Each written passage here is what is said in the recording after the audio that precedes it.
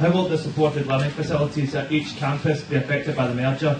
Will the same opportunities and services be available to the supported learning students? Okay, well, seeing as you are from Cardonald, we'd better put that to Susan Walsh, who's the principal of Cardonald. At the moment, what we're doing is looking at what we will need across the west and south of Glasgow in terms of supporting students who have got learning needs. We cannot tell you just now exactly what that will mean in the future, because we've got a lot of information gathering and assessment to do before we make decisions. But all three colleges have got very, very strong histories in working with students who have got learning difficulties.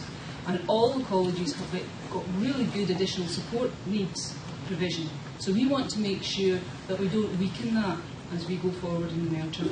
But exactly what provision is going to be in each campus, we don't know yet. But one of the things we've done is, as we've moved forward in the merger, we've said that students who need the most help should have the most staff time. So if you come in and you do an ANC course, and an NQ course, and then move on to HN, by the time you hit HND, you should be an independent learner. Right? That doesn't mean you never see a member of staff, but it means you take more responsibility for your learning. And at that point of the curriculum, the chances are we will have looked at rationalising some of our advanced HN courses.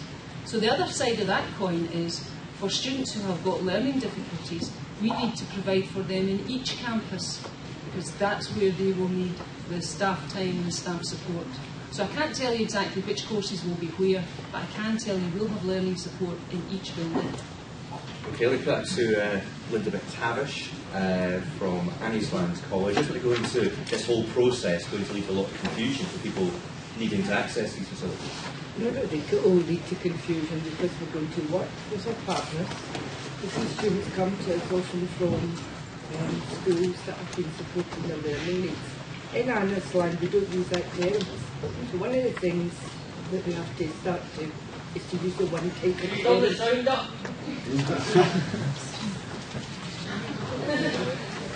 Maybe I'll stand up. Who shouted?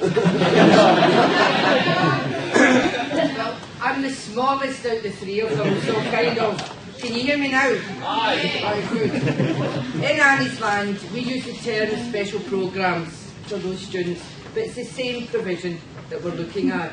We've got a specialism of working with young people in that provision, especially school leavers.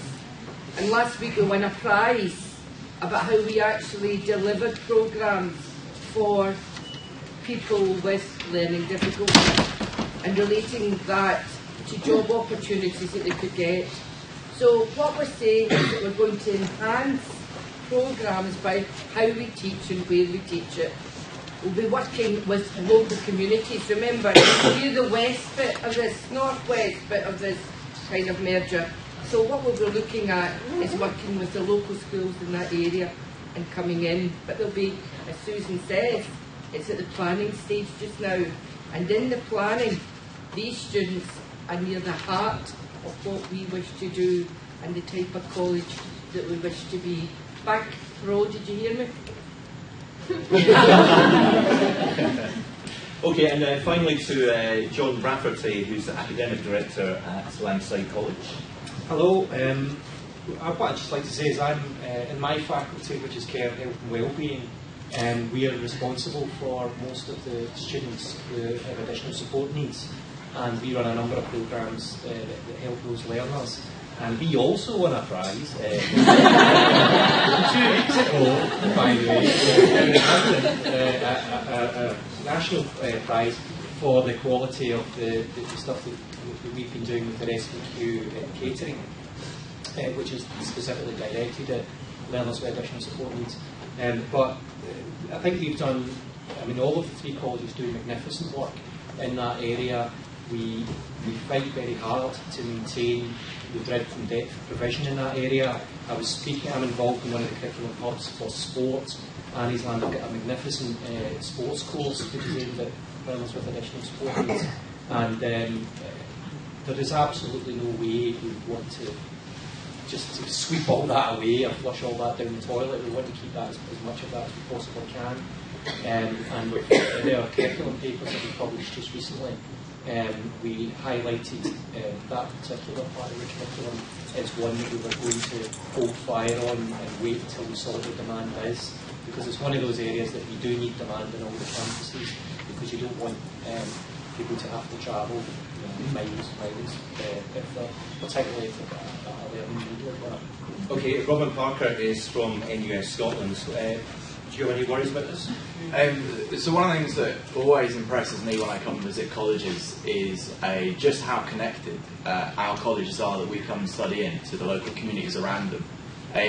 And for many, they're sometimes one of the most transformatory things that our colleges do when they change people's lives is when they work with people who have additional support needs, and they get them into education, and it opens up all kinds of opportunities when that happens. So, and I know probably the people who've come down from Annisland on the bus know this best, but there is a distance between the different colleges that we're talking about here. So I thought that commitment that you received right there at the start from Susan about protecting that provision on every single one of the campuses is hugely, hugely important. So it's something that really strong that you can take away there.